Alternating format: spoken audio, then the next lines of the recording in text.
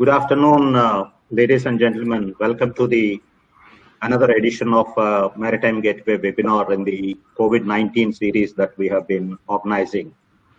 Today we are here to discuss COVID-19 and the impact on South Asia, what to do now and next. We have with us excellent panelists, Mr. Suresh Amirapu, who is the advisor to PSA Group and also the CEO of PSA Mumbai Container Terminal. Then we have Captain J.S. Gill, who is the Managing Director at Sea Consortium and also Express Feeders. Then we have Mr. Ted Mutaya, who is the Chief Operating Officer of South Asia Gateway Terminals, Colombo. Thank you, gentlemen, for honoring our request and being with us. So let me give a brief introduction and then we will move on to the panelists. This unprecedented crisis posed by COVID-19 has been impacting all the businesses and lives across the globe.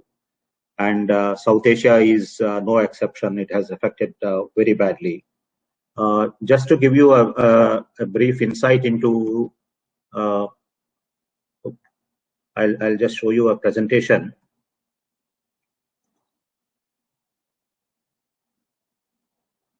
So, South Asia might experience worst economic crisis. This is the World Bank report. In January 2020, the projected growth was about 6.8%. Now the current projections are hovering around 1.8 to 2.8%. This is the South Asia as a region, the growth. So what has happened in individual countries?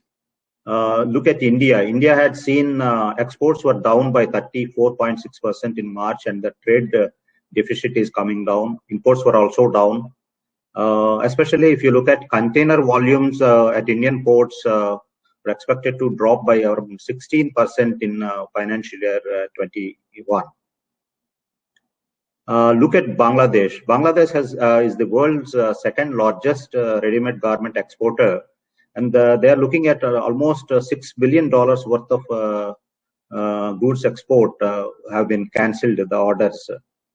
When you look at the Chittagong port, the port has seen 80% down in imports. Imports were down by 22%. Exports were down by 87 staggering percent. That is the scenario at Bangladesh. And Sri Lanka, Sri Lankan Port Authority has reported that there is about 50% drop in revenues amounting to 13 million USD, and volumes have been down by 22%.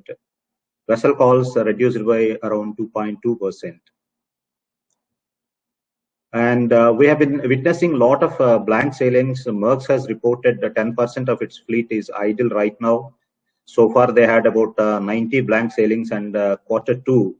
The CEO has announced that expected 140 blank sailings to come in.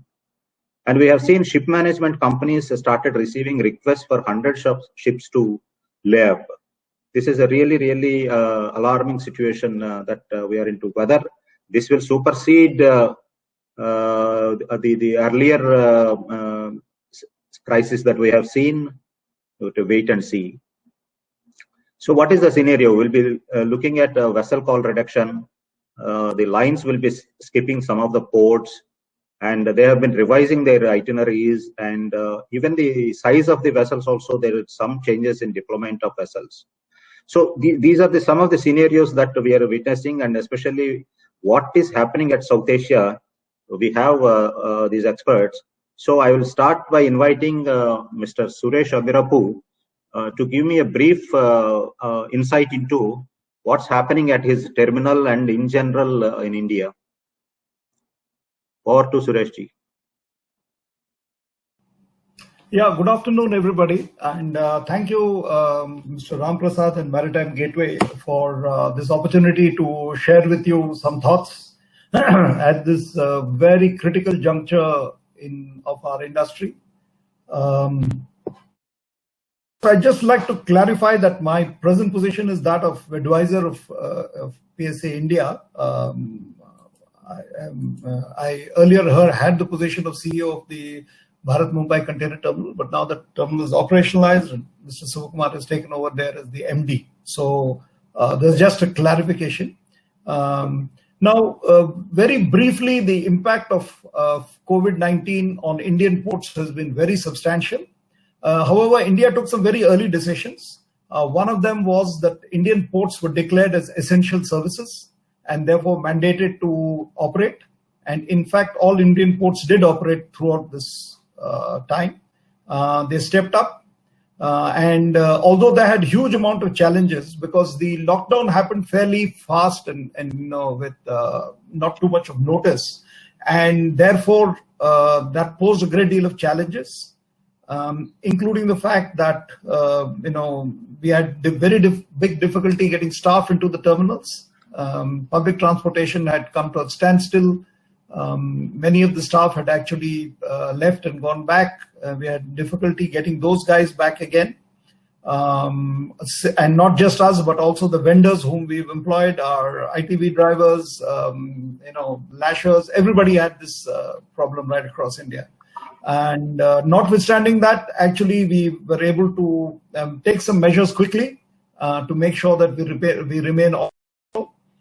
These included we incentivizing the staff that did stay back. Many of them we had to provide accommodation on site itself, as well as food and everything else for them. And from a business perspective, a couple of other things also happened. One is that the government has given a waiver on demurrage, detention, and storage charges to all the importers. In the initial stage, the importers were simply unable to move because truckers had stopped, trucks had stopped, and drivers were not available. And this led to a choking of all the ports, terminals, and the CFSs because imports were coming in to the extent that they could, but there was no delivery being taken out by the importers.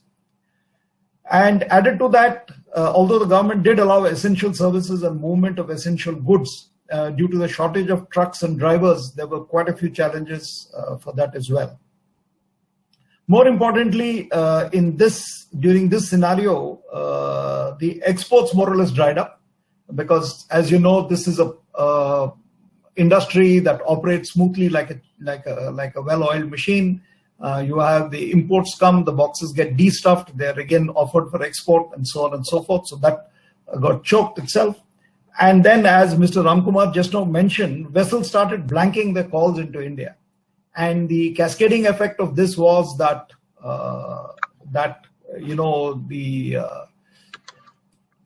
the cascading effect that we began to feel as a result of this was that the lines were not in a position to get enough volumes to justify a call because they could only drop off their imports, and there were no exports which justified a port call.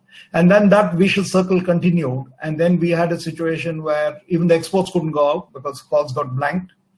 And then it cascaded to a level where cargoes destined for India started getting offloaded in regional hub ports as well.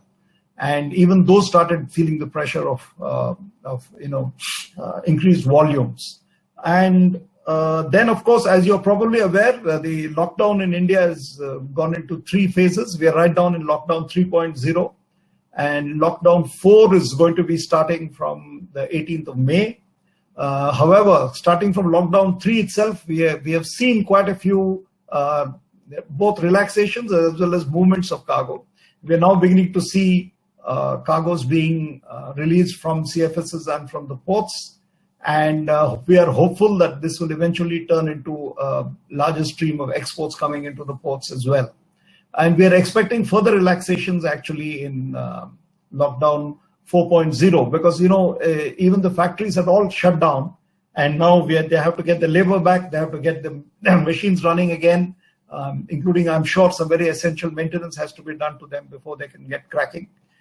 So these are the different steps and different impacts that we've had in the immediate term. This is what we've had in the immediate term. And then, as Mr. Ramkumar has already pointed out quite correctly, what has also happened is that this has had an immediate impact on the overall volumes that are now moving through our ports. They've shrunk. The GDP itself has shrunk. And this is, I think, one crisis which has affected virtually every citizen. It has affected every aspect of our lives, and it also affected every aspect of our economy.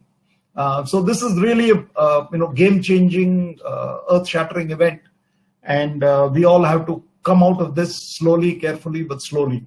And I don't see any sharp V curves happening anywhere. I think anything that we come back into will be gradual, and therefore it is also time for some patience to be shown by everybody, because we will certainly not be going back into the situation where we were earlier. I think that part of it seems pretty clear.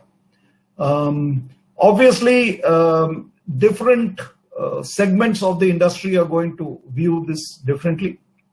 Some measures were taken by us. Our group of companies in India, we operate 4 terminals.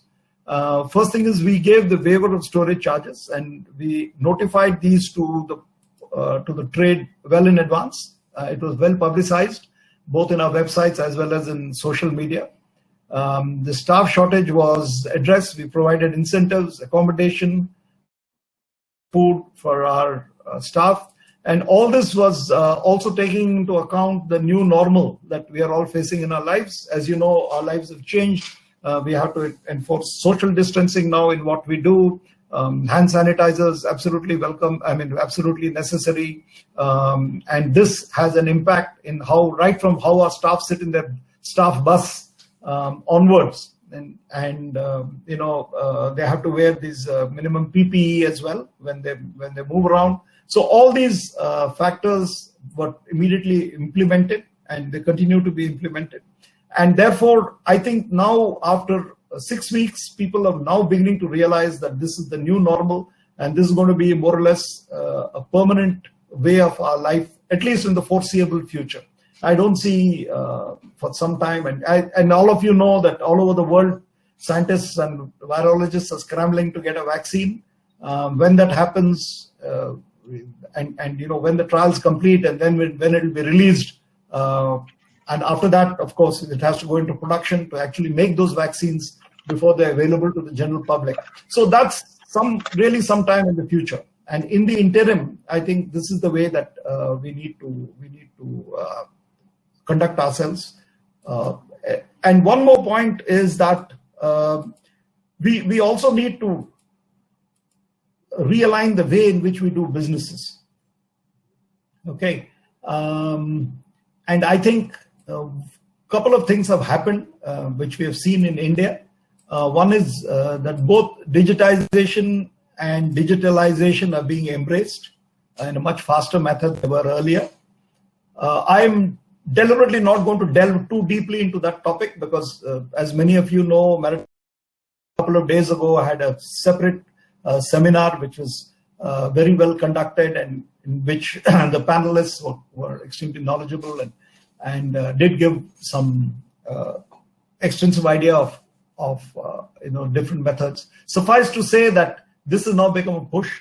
It was Winston Churchill who said that we should never let a good crisis go waste, and I think that's the reason why some of the long-term reforms that we are looking at is also being pushed. There's quite a big thrust from the government now. The government is also seriously looking at a number of our systems, processes, procedures, and very important, some of our laws.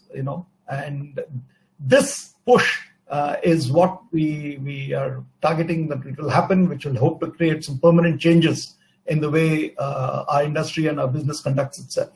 Otherwise, what will happen is there'll be a tendency to lapse back to the old days in which most people were comfortable with. And some of the gains that we've actually accrued by virtue of speeding up the processes to make them more secure and also eventually, once things come to normal, the fact that the digitalization of this industry is badly needed. Our industry is probably behind the curve in comparison to a number of industries, and this push, I think, that we need to see will actually happen.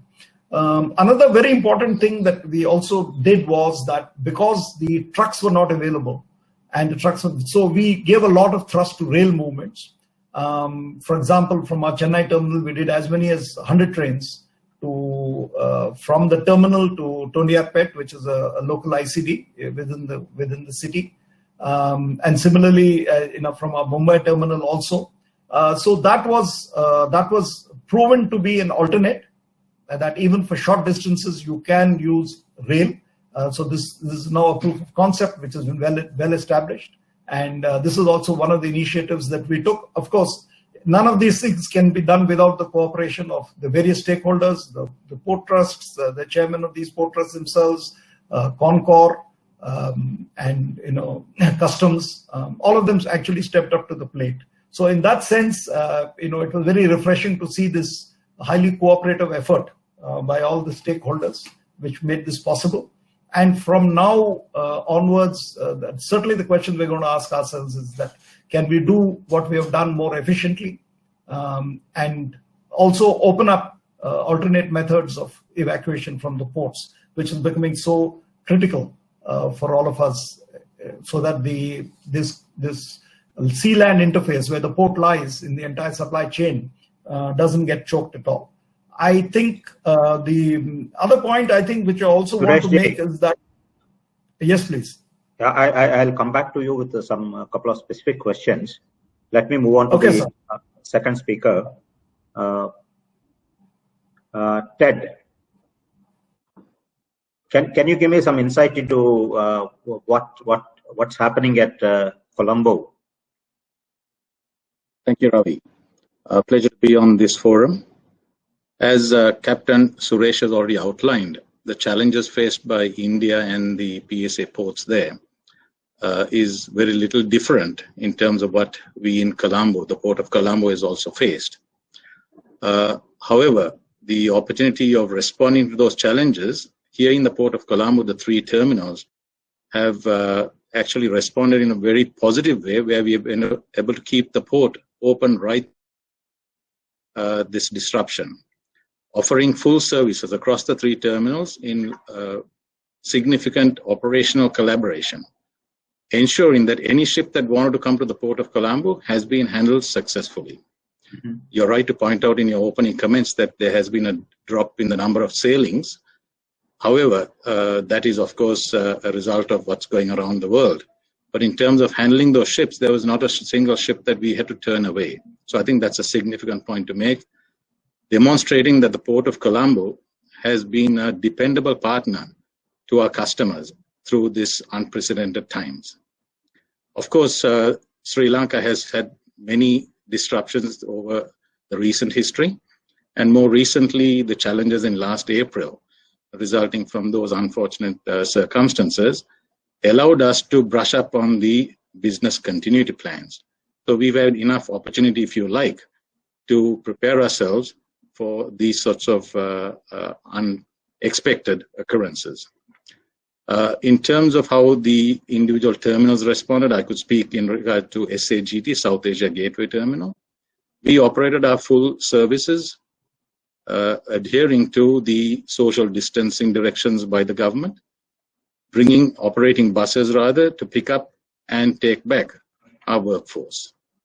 All of this was done not only because we were essential service, but also because of the commitment that our people had to ensuring that the services to our customers, which are ultimately the shipping lines bringing import and export, and to the economy, maintained its momentum despite the challenges. So these are only possible through the commitment of the people also, because ultimately many of them are leaving their houses with families crying, telling them not to put them at risk. So you can understand that this was more than just a BCP. So here in the port of Colombo, we've operated a seamless service across the 3 terminals, collaborating very well. There has been challenges, however, that whilst we recognize a port to be an essential service, that perhaps there was some thought or little thought given to the upstream, downstream, such as the truckers, the clearing agents, all of those, as Captain Suresh also pointed out. There were some challenges because importers couldn't get to their offices, banks operating on limited hours, exchange control. All of these issues perhaps was less closely collaborated. So these are some of the challenges. the port also offered close to 45 days of free storage at that time, and then a period of time where we only applied the base tier storage level, so no penal rates. So these are some of the initiatives at the port, and I think it also helped that the chairman of the Sri Lanka Ports Authority, General Dai Ratnayaka, retired, came from a military background where he was able to coordinate these exceptionally well, bringing all stakeholders, ensuring that everybody's voice was heard. So I think that was an outstanding outcome in terms of pulling it together. We are not out of the woods yet, but by and large, with each passing day and each passing week, it seems like a long time, but it's only about 4 or 5 weeks and 6 weeks, perhaps. Significant gains have been made. Some of the one of the significant areas has been the electronic commerce. So I think Captain Suresh talked about digitization and digitalization. We have been ready technically for some years, but the COVID-19 accelerated the need to do business electronically. So suddenly overnight, the clearing and handling agents are now coming accustomed to doing their business online rather than turning up to a documentation center en masse. So these are some of the significant gains. And I think, as Captain Suresh also mentioned, quoting Sir Winston Churchill, don't let a terrible situation go waste. We see it as an opportunity in adversity. And I think this is sustainable for the future. It's not just in response to COVID only, but COVID-19 has been the catalyst for some of these best practices to be brought to the table now for Sri Lanka. In essence, I think that's really a recap of where the Port of Colombo is. The Port of Colombo has continuously positioned itself as complementary to India's growth aspirations, and that has not changed. When you talk about South Asia, the elephant in the room is India. So we are not in competition. We are certainly complementary to India's growth aspirations, with nearly 80% of our throughput coming to or from India. We also play a great part for Bangladesh, and Sri Lanka and Bangladesh are two important supply points for garments, textile industry. And I think that's an industry that perhaps will take a bit longer to recover as we look forward down the track. But the South Asia region, in terms of global trade, I think plays an important role. The fundamentals of that position has not changed dramatically. We will still see India, Pakistan, Sri Lanka, Bangladesh, and Nepal, if you wish, still playing significant roles. I think from the presentation that Captain Suresh also shared, the population is also significant. And these are emerging middle-class populations will continue to drive. Not sufficient enough to be self-sufficient as domestic consumption. So those communities and those countries will still have to be plugged in to the global trade, international trade. And that's the back of how we have come into middle-class per capita income earners also. So I think that's a quick thumbnail, if you wish, Ravi. I'm happy to continue, but I thought we should give Captain Gill a chance also to speak. Thank you. Thank you, Ted, for that insight and a positive note. Captain Gill, we have heard the perspective of a terminal and a transshipment hub, and now I would like to hear from you the feeder perspective. What have you seen, and what is your perspective of this current scenario? Firstly, good afternoon, everybody. Thank you very much for inviting me to this web seminar. And of course, first of all, I wish everybody good health, and I hope everybody stays safe and sound and rides over this difficult times with success. And we are again able to meet each other and carry on our business more aggressively and more cordially than it has happened in these times. So best of luck to everybody, first of all. And then going ahead on the business front, ever since this COVID-19 situation came in, there were various challenges that were faced by us. There were various challenges faced by the lines. There were various challenges faced by the ports. And surprisingly, it has got very relevant that when everybody works together, whether it's from home or it's through paperless network, it gets extremely successful if everybody is thoroughly involved in it. And we've seen this happening now. And I think going forward, it is going to bring in a change. It will bring in a trend when certain strata of business could be even operated from off-office locations. We've seen tremendous success in it, and we've had most of our offices locked down ever since 16th of April. The first lockdown we started was in Mumbai on 16th of April, when I asked everybody who's traveling through local transport not to come to the office, and we started functioning in Mumbai only with 2 of us. And thereafter we went on to close all our locations, and till the day of reporting, all our locations are closed, but the business functions quite successfully. And I can even say, in certain fields, it's even functioning better than we were operating from the office. We've had a couple of blind sailings all over, from the main lines and from the feeder operators. And this is basically because there has been a severe imbalance of cargo. Certain sectors, the inbounds have remained very, very strong, whereas the outbound has fairly fallen off. And in some sectors, the inbounds have been completely flat and the outbound cargo has really picked up. So it's been a mixture of volumes, and it's a mixture of business. Volumes have drastically fallen. So I will start from, say, we operate pan-India, and I also look after Bangladesh. Volumes in Bangladesh has fallen by almost about 30%. And the biggest challenge that took place in Bangladesh was that this period exactly coincided with the Ramzan period. And Bangladesh, being an Islamic country, the productivities have fallen down, the clearance from the port has come down. The waiting period COVID was 3 to 4 days. It's escalated to 12 to 13 days and at times 15 days. And today it's running at an average of 8 to 10 days waiting period for vessels calling Chittagong. The inward volumes remained fairly strong, whereas the outward volumes from Chittagong dropped drastically.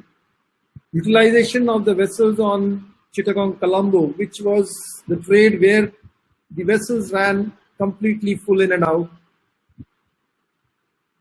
has fallen quite drastically.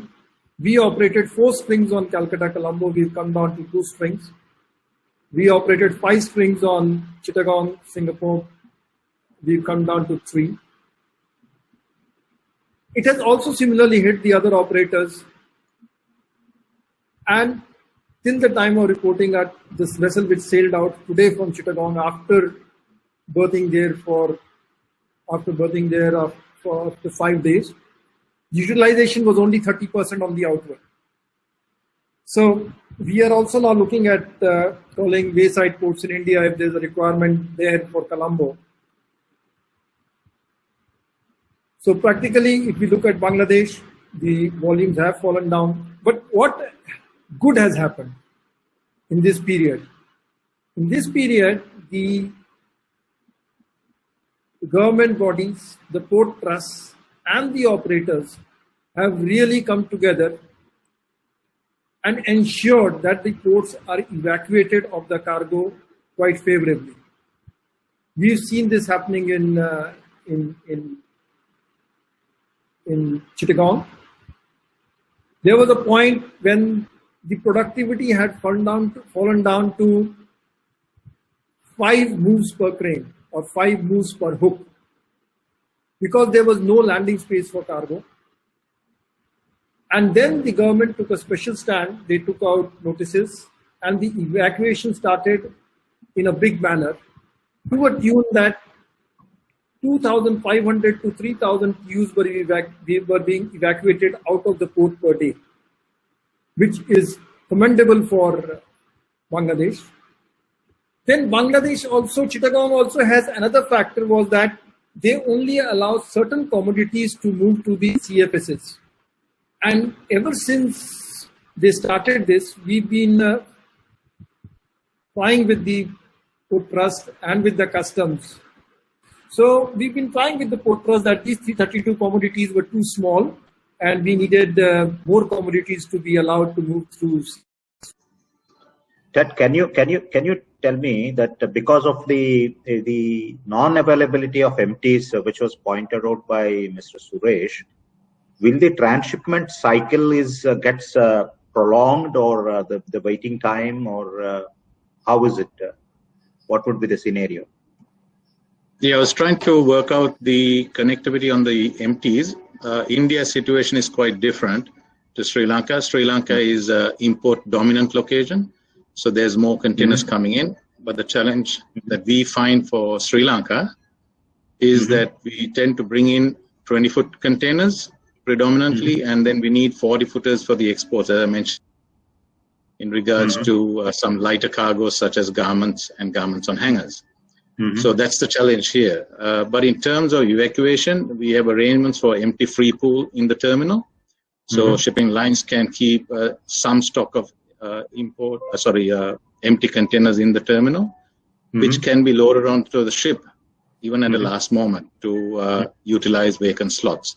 So I don't think that has been an issue. The biggest issue here has been the evacuation of laden containers from the terminals, from the port rather, to the warehouses outside the port. That has been a combination of factors. One is the lack of trucks or truck drivers coming in from further afield into the Colombo region during the lockdown time and curfew, in fact. Also the warehouse staff, the availability of warehouses, space in the warehouses. All these have been a challenge in terms of that supply chain. But in terms of empty evacuation, I would not necessarily say that that has been a big issue for our customers. And also, Captain Gill was mentioning about Bangladesh volumes, ready-made garments drastically gone down, and most of them are towards US and Europe. So now I think recently they have started opening up the factories and the laborers are coming back. So what do you see the cycle? What are you hearing? When do actually these, and Europe also, I think, getting back to normal, the stores getting opening and all that. Do you see again any movement of cargo exports happening? Good point, Ravi. Very difficult to predict. Just engaging with some of the garment manufacturers exporting from Sri Lanka, anecdotally, we are hearing that some orders have been cancelled, some have been deferred. Some of the cargoes arrived at destination already waiting to go into market at destination. The values they're prepared to pay have been dropped or halved, and in some cases probably only prepared to pay a quarter. That would be a segment that I would think is going to be disproportionately impacted, purely that when the bounce back does come, people would not necessarily see garments and that type of commodity as an immediate item of purchase. Let's not forget that around the world, even blue chip companies are either taking pay cuts or laying people off. So in a situation like that, people are going to hang on to whatever cash they have and then only spend it on absolutely essential items. So I think the garment sector, the suppliers around the world, particularly in South Asia and Bangladesh and Sri Lanka, are sourcing points, all the different types of piece goods, I guess. Quite different. I think that would be a market segment that will be impacted more so than some of the others. But South Asia, if you look at it, we also export a lot of food products and things like that. I think there would be high demand. So the bounce back for those industries and those segments would be much stronger. Mr. Suresh, so as South Asia, we are discussing about impact on South Asia. Now, collectively, how can we cooperate ourselves as nations? Because South Asia has been to be together, and then a lot of cooperation is needed. Bangladesh, Nepal, Sri Lanka, with neighboring countries. So, such a situation, what is to be done? Yeah, thank you, Mr. Raviji. So this gives an idea.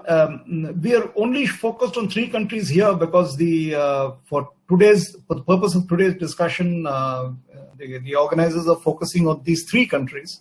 And as you can see, these are all figures which are pre-COVID time. And this is a very important geographical area of the entire world. And also the Arabian Sea, through which, most of the oil supplies and various other bulk commodities also pass through. So to answer Mr. Ramkumar's question, Mr. Ramprasad's question, the synergy which is already there between these countries will continue. This particular map is, of course, of SAARC. So there is, you also have Pakistan and Afghanistan, Nepal shown here. From shipping perspective, we are not showing Nepal cargos separately because almost all the containerized cargo that goes into Nepal is actually going through Indian ports. So that's why we have not shown that separately. But to answer your question, yes, I think we will continue to have a very substantial amount of synergy between these 3 countries.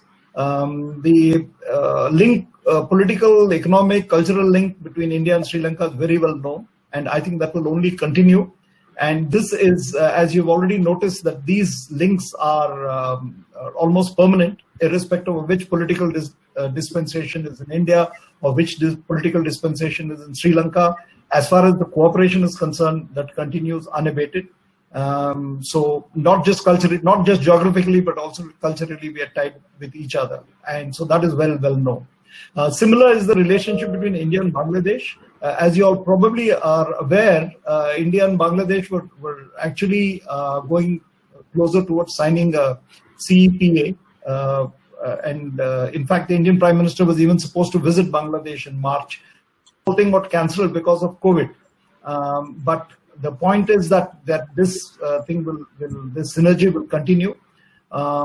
In terms of total trade, quite apart from seaborne trade, as you're probably aware, there is a protocol called the Indo-Bangladesh Protocol for Inland and Trade, more commonly known as just a protocol, which specifies that inland vessels from one country to another can transit on specified routes of the other. So that, and added to that, there is a certain amount of cargo going by land as well, apart from what is going by sea. So the cooperation will only continue. I'm 100% in agreement with what Ted said, that these countries will actually complement each other more than anything else. In India, we may see a little difference because India, because it's a very large population, has the captive infrastructure for domestic consumption to the level which is perhaps not there in the other countries. But that apart, as far as international trade is concerned, I think we will continue this Thank you. this cooperation, and I'm pretty sure that going forward, going forward also, in the time to come, this will continue. And I think, as is well known, almost immediately after this COVID situation came about, one of the first things that these countries did was to have a call on video between the various prime ministers, and already there's been a large amount of movement of relief supplies and aid and medical supplies between these countries. So that's a practical sort of manifestation of the fact that these countries will continue to cooperate with each other and the trade between them will grow. Thank you, Mr. Suresh, for that very positive response. Now I can see Captain Gill is back on screen. Captain, earlier I was mentioning about change in the trade patterns, and even my friend Santosh Patil also has posed a question. Will this encourage short sea trades gaining ground? Do you see from this, or do you feel mainliners will get more aggressive in your trade lines? Kindly, can you answer that? It is very difficult to say this right now. What we've seen in the last month or so, the sudden business or the sporadic business has not really come out in a manner it should have, because most of the main lines, they still continue to call the ports. There have been a lot of blank sailings, a lot of blank sailing from Far East. So we've not really had that kind of business. We've had a couple of them. We just had maybe about 3 or 4 sailings as such, which did this kind of critical business, which came up when the lines dropped the cargo at Namasheva and Mundra, and we had to connect this cargo to Colombo and Singapore. But not really the kind of business that we would have expected. There's been some business which is now coming from Colombo down to east coast of India, where the IEX service, some of the vessels turn around in Colombo port and don't call the east coast at all. And the volumes are dropped in Colombo and then left to feeder operators to cater to that volume to Chennai or Vizag or Krishnapatnam and Kattupalli. But that also that kind of business has also not been really to the levels that we would have expected. The lines still go and do the direct calls, except for 3 or 4 sailings which turned around in Colombo, and this business came up in Colombo. And it's also basically that the volumes have not been also very strong. So we've seen this kind of business coming up, but not to the extent that we would have expected, that the lines would not call the major ports in India and turn around in Colombo or turn around in Jebel Ali or in Namasheva and leave the cargo to be transshipped through shorter sea trade and through the feeder operators. We've not seen that kind of spurt in volumes as such. But on the shortest sea lanes, we've had quite a bit of setback. Calcutta volumes have been really, really very, very down, and we've also had to suspend services. We've cut down strings on Calcutta Colombo because of one-way cargo. And this is mainly because the exports in this region to Europe and US have come down by almost about 80%. So most of the cargo which used to move from Calcutta via Colombo and connect the main lines to Europe or to US or to the other regions, that cargo has completely vanished off. But on the other hand, the exports from Calcutta via Singapore or Port Kelang have really increased. Today there are overflows in Calcutta to link to Far East. But the inbound volume from Singapore, which was quite stable, has again dropped down. So the business seems quite imbalanced. Vizag volumes have been very, very low. There has been a lot of sailings which have been cancelled. We've cut down a string on Namasheva to Middle East, but whatever still remains, we saw that in last 1 month, also because of the Ramadan, there was a huge spurt in exports from Namasheva Mundra to Middle East. More so on the reefer cargo. Every sailing which sailed from Namasheva to Middle East was absolutely full on the reefer plugs. So there have been varied business which has moved through in these times. But overall, if you look at it, the business is still down by nearly about 30%. Captain Suresh a while ago mentioned have patience and it will take time to come back to normal or normalcy or whatever. So what is your outlook on, what is the timeline that we are looking at? At least we a sensible business coming back to life.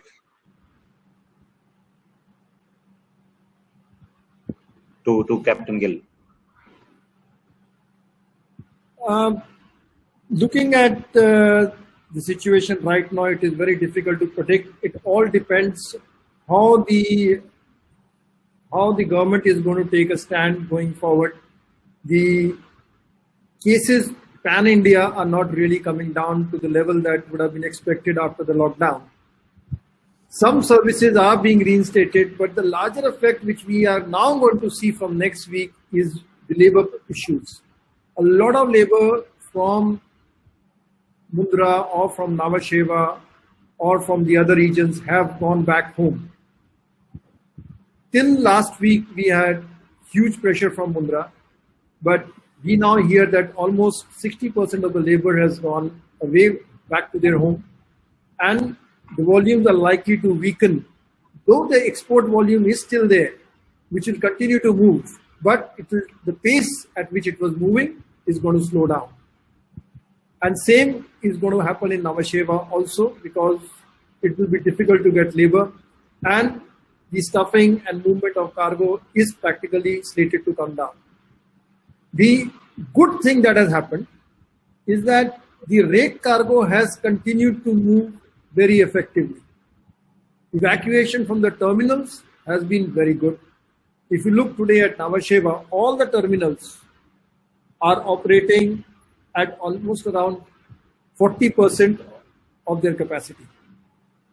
When the only one which we saw spurting out very heavily was GTI, but very commendable in last 4 or 5 days, their evacuation or their gate movement has been nearly to the tune of 3,000 to 3,600 TEUs per day, which is commendable in this state.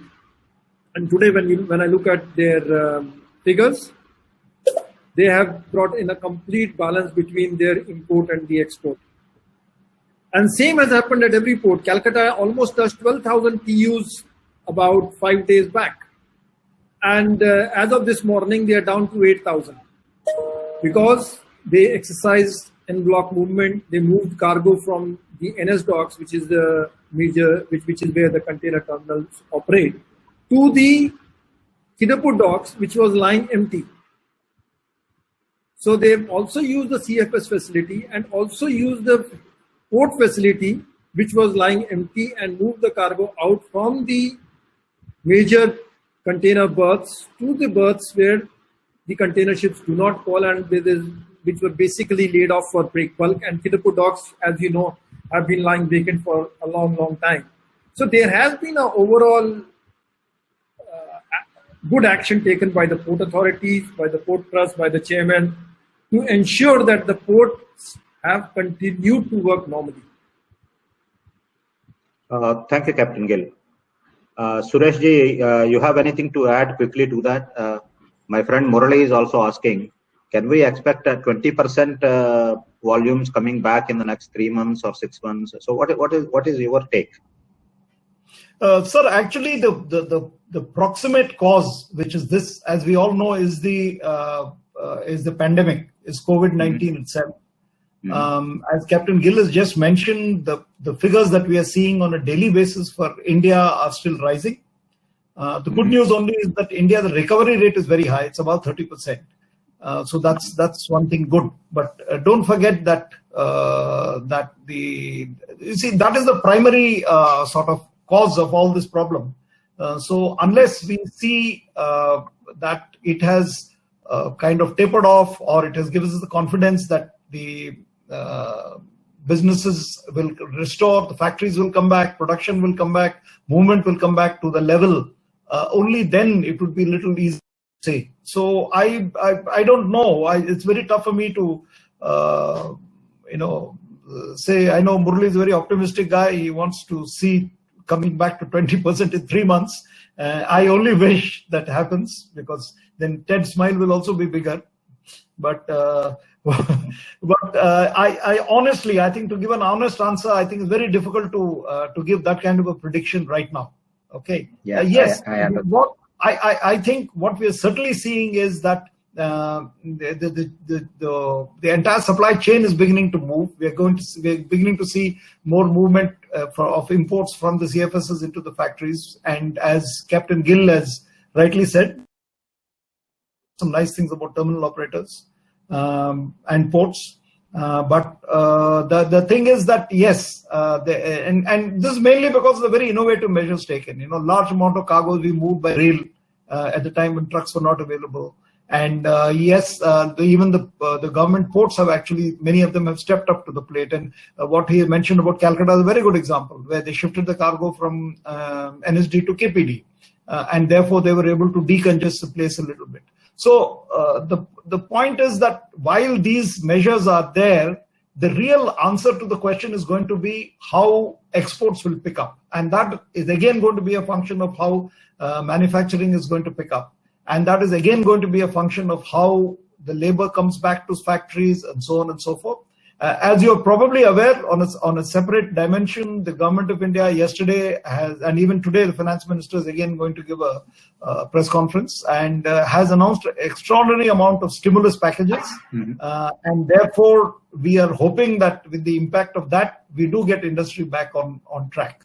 But to the extent of disappointing Mr. Murli, I have to say that it's very tough for us to give this prediction saying that 3 months from now we'll come back to 20 months, and after another 6 months we'll come back to another 20 months. I hope so. I really hope so. And in India we have a expression, "Tere muh mein ghee shakkar." That means I hope you nice things, and what nice things that you say. So that's a rough. So I hope that situation does rise, but yeah, the honest answer is it's a little too early to say. Thank you. Can you briefly share with us what actually government is doing in this situation? I read somewhere that the president wants the infrastructure to move on a faster pace, and the terminal projects now has to commence it. So what do you see? What is actually the as a country is doing, the government? Essentially, in terms of infrastructure, the long overdue East Container Terminal project, I'm not sure how fast they can fast track it to get it on stream over the next 6 months in terms of announcing. Even if it was announced tomorrow, I would imagine that it's going to take close to 16 to 18 months to operationalize. What COVID-19 has done for the Sri Lankan context and the port specifically is that I believe over the coming years, we are going back to the hub and spoke network. So shipping lines are very likely to start to deploy the shipping lines with the big ships. We start to deploy them first as a priority, given the cost of maintaining them, but they do provide the shipping line with the lowest slot cost. So the preference would be to use those big ships, typically going far east to Europe, calling maybe 3, 4, 5 maximum ports of call, which will then put a port of Colombo back into what used to be the hub and spoke, where we will be the catchment area, if you like, for cargoes coming from west, even going up to Doha perhaps, coming down to Colombo, and then to Myanmar as far as that, where some of that cargo, as I think Captain Gill already mentioned, goes to Singapore. They do go to Singapore, although the same vessel from Singapore comes into Colombo, but the shipping lines give less allocation for load from Colombo. That's a discussion for another time. But I think as you go forward, I would support Murali's optimism, or rather I would say to him, I'm rather optimistic that although global trade is going to be somewhat challenged, you will see pockets of regional uptick. And I think this is where Sri Lanka is in a nexus of a good location, one closest to the east-west main trade lanes, where we will start to become the catchment area to start to attract the bigger ships into Colombo. Colombo does have 3 terminals, the only terminal in South Asia that has big ship capacity, CICT.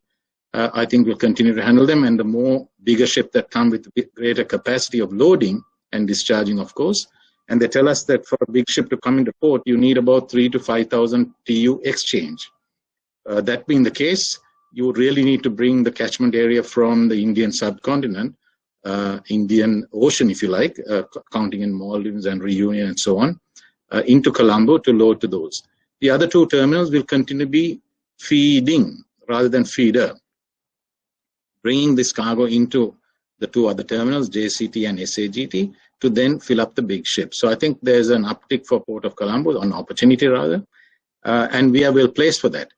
And as you get the bigger ships with greater capacity, the additional terminal capacity that we have been crying out for, perhaps we can get some breathing space in that we won't have that many port calls, but rather we'll have greater capacity with less ship port calls. So I think that's an opportunity, and perhaps some breathing space to bring ECT, which I would say needs to come quickly, but we've got some additional breathing space than before COVID-19. The other factor is going to be the trade patterns. I think Santosh Patil was referring to that, but he was more interested in what will happen to feeders and mainliners. I would see that, as I said, mainliners operating the big ships, east-west, smaller vessels, and perhaps this is where the feeder operators might come back into a stronger position to feed some of these regional trade lanes. And from a customer standpoint, and I mean the customer, not shipping lines, but rather the end user, is probably going to start looking at near sourcing and alternate sourcing. So one of the aspects that came to light with China's shutdown was suddenly many of these buyers didn't have alternate positions to source. So I think that's a lesson that perhaps will be learned, and they will start to look at multiple points of supply from a distance, from close by, which can be turned on at short notice. Just imagine if everything was okay in 1 month's time, how long will it take for Walmart and all these other companies to start to fill up their stock? It's going to take some time.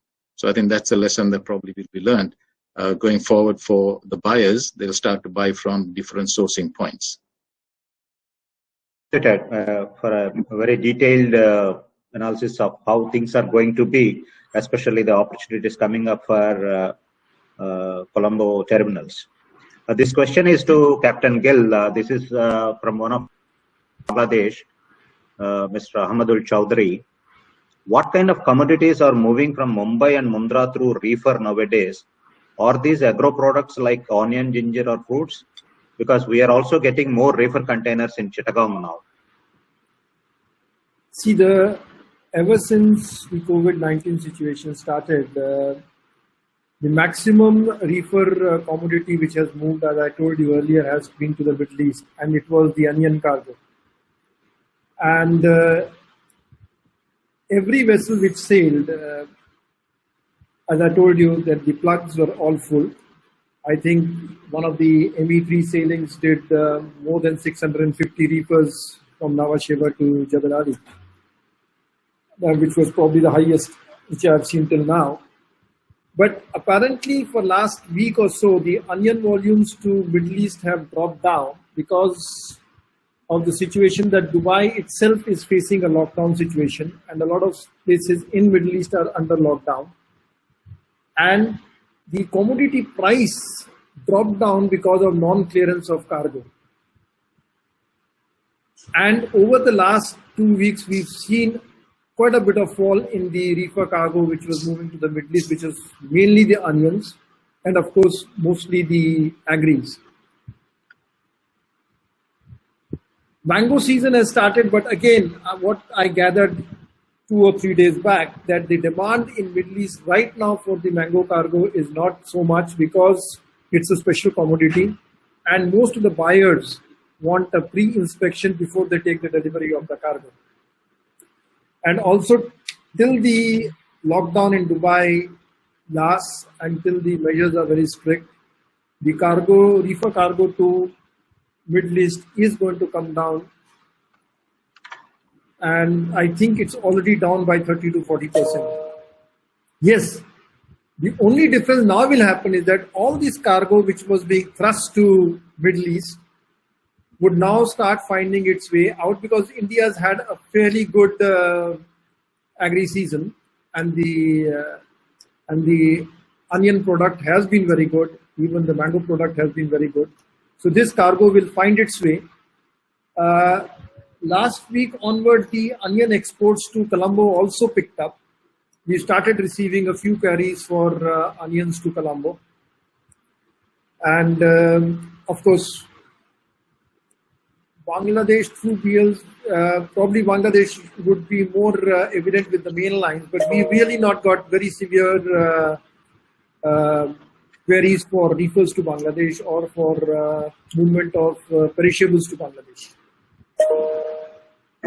Thank you, Captain. Hope that question is answered. Gentlemen, that is all the time I have for this session.